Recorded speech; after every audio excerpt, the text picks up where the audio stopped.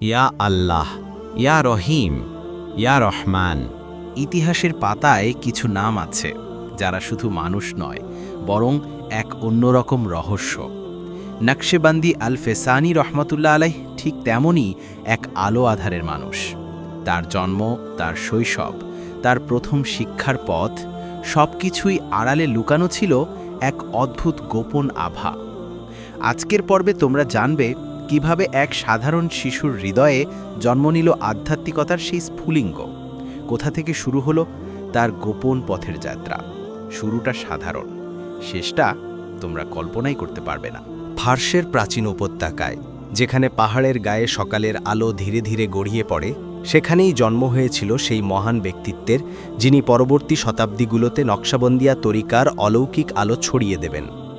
তার জন্মের রাতটি সম্পর্কে গ্রামবাসীরা বলতো, সেদিন নাকি বাতাস ছিল অস্বাভাবিক শান্ত, আর আকাশে তারাগুলো যেন একটু বেশি উজ্জ্বল ছিল। তার বাবা ছিলেন একজন শিক্ষিত আলেম, আর মা ছিলেন সৎ, পরহেজগার, নরম স্বভাবের নারী, যিনি সন্তানের হৃদয়ে প্রথম আলো জ্বালিয়ে দিয়েছিলেন।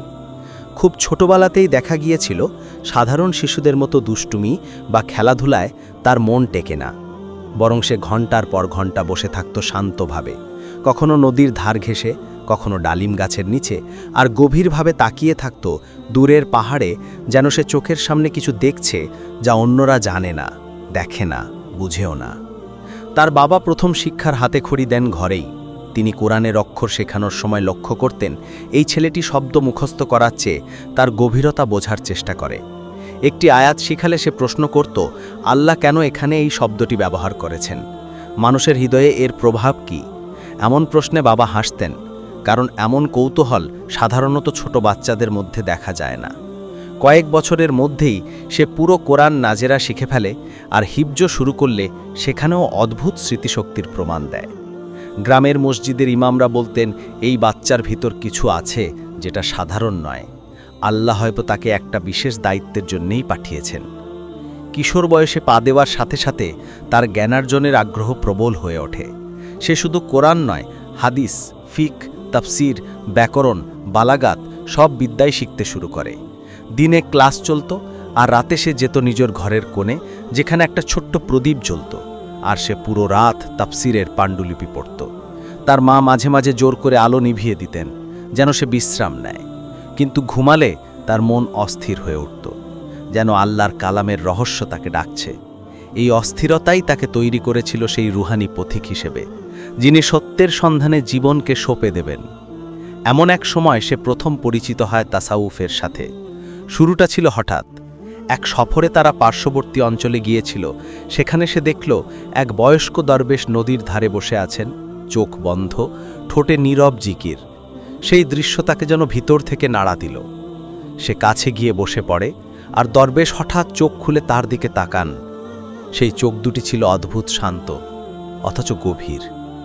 দরবেশ বলেন, তুই যে সত্য খুঁজছিস, সে সত্য তোদের বইয়ে আছে, কিন্তু তার দরজায় পৌঁছতে হলে হৃদয়কে জাগাতে হয়, আর সেই জাগরণ জিকির ছাড়া আসে না। এই কথাগুলো যেন তার হৃদয়ে ঝড় তোলে। সে প্রথমবার অনুভব করে শুধু জ্ঞানই যথেষ্ট নয়, প্রয়োজন অন্তরের পরিশুদ্ধি। সেই ঘটনার পর সে শুরু করে নিয়মিত খাফি জিকির, অর্থাৎ নীরব, হৃদয়ের গভীরে আল্লাহর স্মরণ।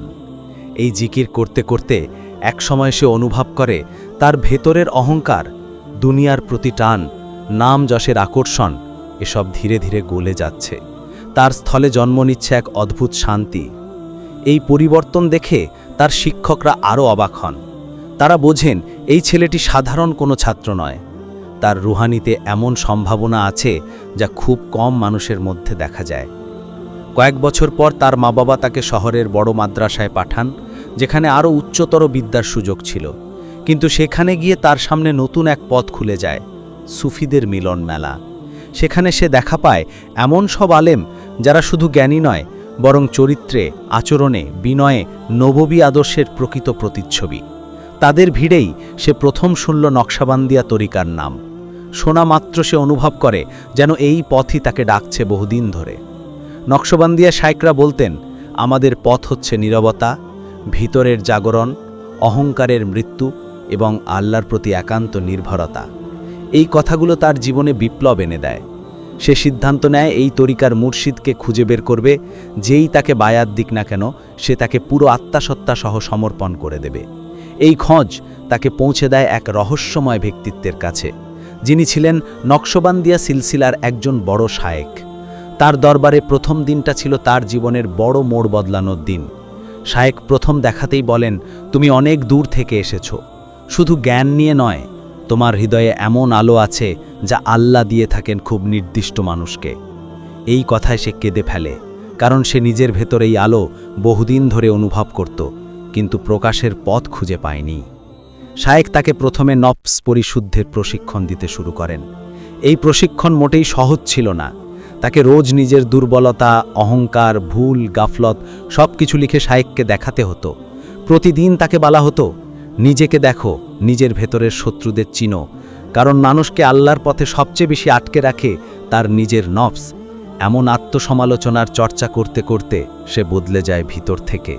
তার হৃদয় হয়ে ওঠে স্বচ্ছ, আলোকময়, নরম, আর প্রতিটি জিকিরে সে অনুভব করতে থাকে যেন তার হৃদয় আল্লাহর দিকে একটু একটু করে এগিয়ে যাচ্ছে।